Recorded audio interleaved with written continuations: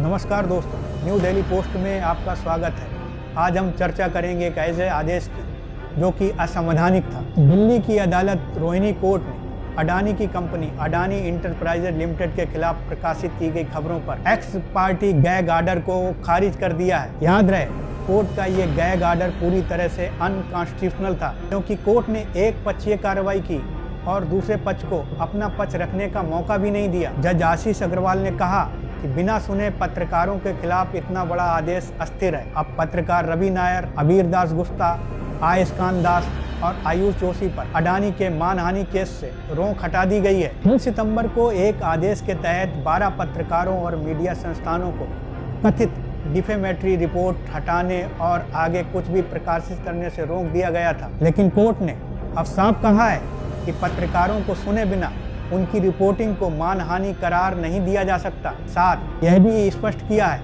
कि सच साबित करना ट्रायल कोर्ट का विषय है, न कि एक तरफा आदेश का। इस गैग ऑर्डर के आधार पर सूचना एवं प्रसारण मंत्रालय ने 12 न्यूज पोर्टल और पत्रकारों को कंटेंट हटाने का नोटिस भेजा था। एडिटर्स गिल्ड ऑफ इंडिया ने इसे प्रेस की आज़ादी पर हमला बताया था। अब कोर्ट का यह फैसला मीडिया फ्रीडम और फेयर ट्रायल के लिए एक बड़ी राहत माना जा रहा है। 19 सितंबर को इस केस में पीड़ित पत्रकारों को एक नया मेल भेजा गया और कहा गया, this is an continuation of earliest communication as referred to in telling mail, kindly find enclose the latest order pertaining to the court case referred to in the trailing communication.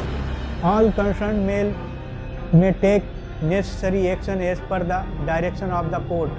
Regard digital media, IB Ministry. जिन पत्रकारों को मेल भेजा गया है, ये पत्रकार Adani enterprises limited versus Paranjoy Guha Thakurta and others के केस में सीधे तौर पर जुड़े हुए नहीं हैं। ये जर्नलिस्ट और संस्थान इस प्रकार हैं: Paranjoy Guha Thakurta, Pragya Mishra, new Delhi post, Deepak Sharma, Akash Banerjee, Dhruv Rathee, Ajit Anjum, HW English, the wire, Abhisar Sharma, Ravish Kumar और न्यूज लॉन्ड्री। इस रिपोर्ट में 3 बातों पर संज्ञान लेना जरूरी है। पहली बात, सो कॉल्ड महान पत्रकारों ने, अखबारों ने गवर्नमेंट ऑफ इंडिया द्वारा भेजी गई इस लिस्ट में 3 नाम जानबूझकर छोड़ दिए।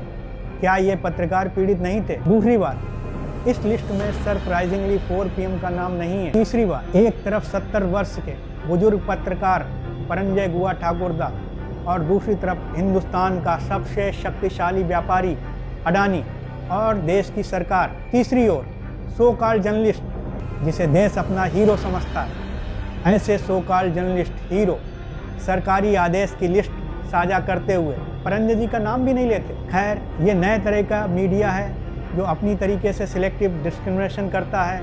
इस महान सो कॉल्ड जर्नलिस्ट हीरो से आप सावधान रहिए, सजग रहिए। जय हिंद।